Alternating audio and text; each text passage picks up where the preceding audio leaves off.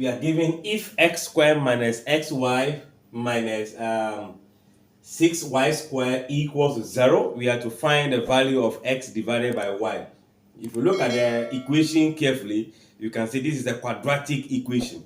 So we have the x squared term, then the constant term is having a variable which is also in the middle. So we treat it as a quadratic equation, finding the factors of the constant term here, which is now 6y squared. When we add, we will be able to get the xy negative in them. So first of all, factors of the y square will be yy. So we focus on the 6, minus 6. And the factors of minus 6 is going to be minus 2 and 3, or minus 3 and 2. I'm talking about getting the sum of a negative one. So let's see. This become x squared xy minus 6y squared equals to 0. The factors you mentioned here, let's say 6y squared, those factors is going to be minus 3y and 2y. By the summation of this, we should be able to have the value in the middle. Remember, we are looking at for this x is here. So the y is not the coefficient of the x if well written. So now what do we do? If we are replacing the y, which is the coefficient of the x, then that will become, let's see, our x squared minus 3y, which is the coefficient of the x, that make it 3xy, then plus 2y as a coefficient, making 2xy minus 6y squared equals 0. So now we do our grouping method. So we group the first two, x squared, 3xy as two factors, 2xy minus 6y squared as the next factor. So we look out for common factor within the first two terms in the bracket. That will give us x.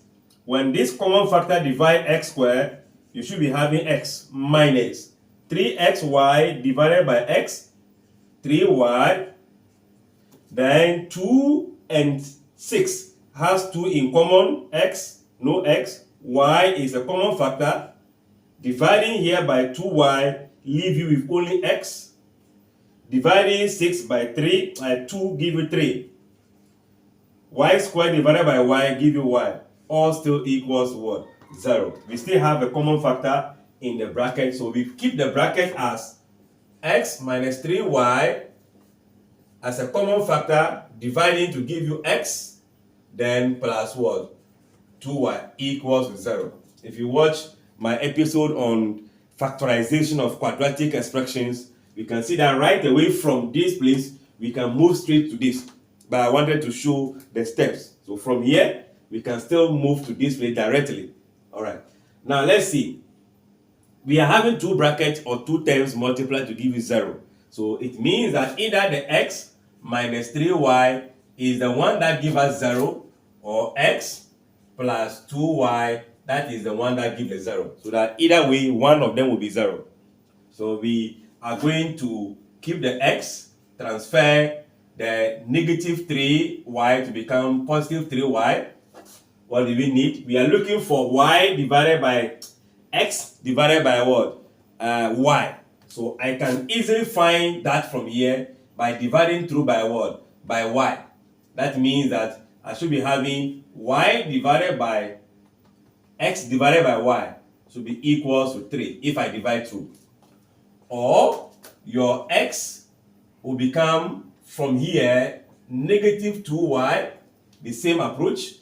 If I am to divide both sides by y, x divided by y will be equals to negative 2. So therefore, x divided by y is equals to 3 or negative 2. Those are the values we can get since we are having a ratio of the x and y. I guess clear?